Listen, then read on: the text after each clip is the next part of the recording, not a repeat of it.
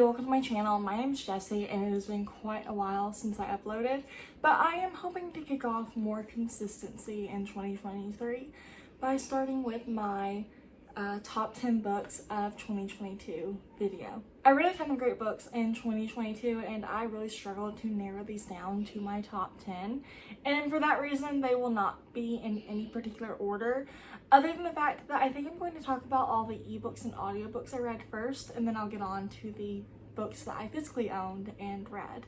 And that's just because I have a pretty even split of the books I own physical copies of versus the books that I do not own physical copies of. Anyways, let's get on to my top 10 books. First up, I have All of Us Villains by Amanda Foody, and I absolutely love this book so much. I originally read this book as part of the Buzzword Challenge, I believe for July, and I think I vlogged it, so if I have a vlog of it, I will link it. I was originally attracted to this book because it was described as the Hunger Games, but with magic. It definitely did not disappoint me in that sense. There were these kids who were each picked by their family through some sort of process, depending on the family, and they were sent to fight for the death to decide which family was going to control the magic for the next generation. But this time the whole world knows about what's going on because somebody wrote a novel that leaked everything. I alternated this book between the ebook and audiobook, kind of depending on what was going on and when I got around to reading. And I absolutely loved it. I couldn't put it down. I was so intrigued. There were definitely some POVs that I liked more than others, but I had a great time with it overall. Anyways, though, it was a really great book and I'm very excited I read it. I currently have the second book, I believe it's called All of Our Demise, on Libby, waiting for it to come through. This year I also started reading the Bergman Brothers series by Chloe Leese, and I've read the first 4 books now. Of those 4, the one that sticks out the most and is my current absolute favorite is Ever After Always, which is Freya and Aiden's story. They are already married, but they are going through a rough patch, and they end up saving their marriage in this book. And I don't know if it's because Chris and I have been together for so long that I can only ever see myself being with him, which hopefully be that way since we're married. But I think that must be at least part of the reason why second chance romance is probably my favorite trope, because it's like falling back in love with your partner again and stuff, and I kind of like that. And I wonder if that's probably why this has become one of my favorite tropes. But I absolutely loved Freya and Aiden's story. I loved all the others as well.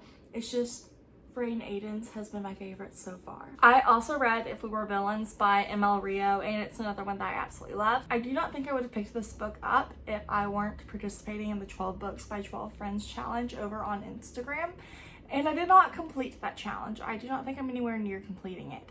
But of the few books I did manage to get to, that is one of them that I did, and it was great. I loved the way the story was told kind of in acts and scenes to kind of fit with a drama. I also thought the college setting was so interesting because I personally have never heard of a performing arts college or an arts college that focuses primarily on Shakespeare, and I thought that was really interesting. The last ebook on my list is Book Lovers by Emily Henry, and I loved it. Emily Henry is officially one of my favorite authors. I think I'll read pretty much anything she writes right now, or anything she writes that is romance. I think she's written some YA books, but I have not gone back to check those out. I've been a little nervous too, just because I know I love her romance so much, but will I like her YA? I love Nora and Charlie. I love the way their relationship developed. I love Nora's relationship with her sister. It actually really reminded me of mine and my sister's relationship, just because of how close Nora and her sister were, how much they relied on each other, how responsible Nora felt towards her sister at times. And then I also appreciated that at the end of the book, Nora and Charlie did not stay in his family's small town, but they instead moved back to New York, the city that they both moved to and grew to love throughout their careers and throughout their adulthood. But those are all of the ebook / audiobook favorites, and now let's get on to my physical book favorite. First up, I have All My Rage by Sabaa Tahir. And this one actually ended up almost being an ebook favorite. I started reading the ebook. I read, I would say, a quarter, give or take a little bit. And I was like, I need the physical copy. I know I'm gonna love this book. And the only reason I hadn't bought it in the first place is because I was worried that I wouldn't like it, just because the other series that I loved so much by Sabaa Tahir was a YA fantasy. So I wasn't sure how I'd feel about a YA contemporary, but I loved this book. It is one where I would say you should check out the trigger warnings just to be safe, or the content warnings just to be safe. But I loved that alternating between Sal and Yr's point of views. I also loved the way Sal's mother's point of view and her past were kind of interspersed throughout the story and how it kind of tied everything together. I loved the slight magical element with someone who told Sal's mother her future at the beginning of her marriage, and I loved it. It was great. I had such a great time with this book. Saw Tahir is also another one of my favorite authors now. Officially, I think I'll read almost anything she writes now. I also read and loved The Nature of Witches by Rachel Griffin, and it was amazing. I think I read this book in a day. To be fair, I did actually listen to the audiobook instead of reading the physical version. I had a copy of the physical version, so that's why it is in this part of the video, but I could not put it down. It was great.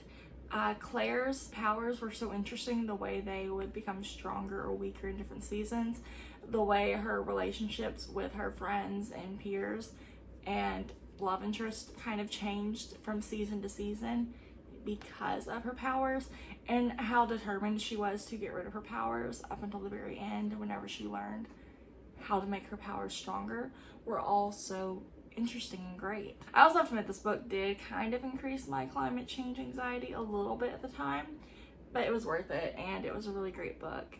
I loved the way it was written, and I loved the way it concluded. I love that at the end of the book there was more of a plan in place for things to get better, but things weren't magically better yet, and I really appreciated that. I also read and loved The Trouble with Hating You by Sajni Patel. I did love her other book in the series as well.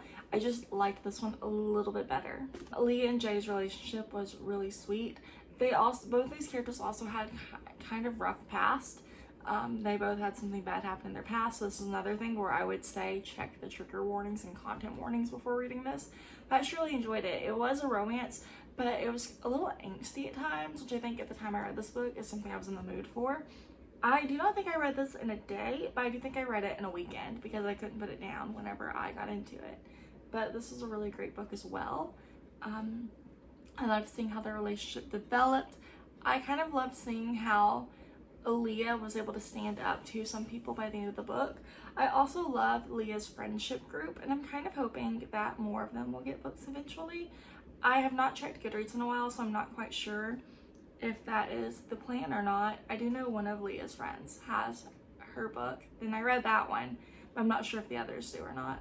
But I had a great time with this one. How We Fall Apart by Katie Zhao is one that I'd actually started in 2021 and then DNF'd because I just ran out of time to read it, and then I picked up a physical copy at last year's Barnes & Noble half price sale, and then I ended up reading it. It was one of the first books I read of the year, and I also believe it was my first Buzzword Challenge book, and it was great. I loved kind of trying to put together what happened, what was going on. I really like this specific genre of YA where it follows a character who is not quite like their friends. They are poorer than their friends, but they still somehow manage to get to go to this nice private school based off of how smart they are or something. I really enjoyed this particular genre of YA, and I enjoyed how this book happened. I enjoyed the twist at the end. That was pretty cool. And I had intended to read Katie Zhao's other new book that came out in November this year, and then I just got distracted with work and school and reading other stuff. But this one was really great. I enjoyed the characters. I enjoyed kind of seeing how it worked. I enjoyed kind of the process of elimination for determining which characters were suspects. But it was great. Next up is Blood Like Magic by Lizelle Samberry, and I believe this one was in a 5-star predictions video, and it was a 5-star read that I absolutely loved. This was such a great book. I loved following Boya, and her process for getting her magic was definitely unfair compared to the rest of her family. Her lack of belief in herself and her family's lack of belief in her were very sad to read about and kind of see how she experienced them, but at the same time, it was so nice to watch her confidence grow throughout the book. And then the way the book ended, I will say, was the tiniest bit predictable, But I think that's okay because I liked seeing how it actually unfolded. It was nice and I enjoyed it. I am very excited to read the next book, which I did actually pick up recently, and I have been trying to read for a while. It's just I've had trouble reading lately. But I am excited to conclude this duology, hopefully sometime in 2023. And I am excited to see how everything hopefully wraps up nice and neatly. I will also say that I love the world in this because it's kind of this, sci-fi element in it too that I did not expect.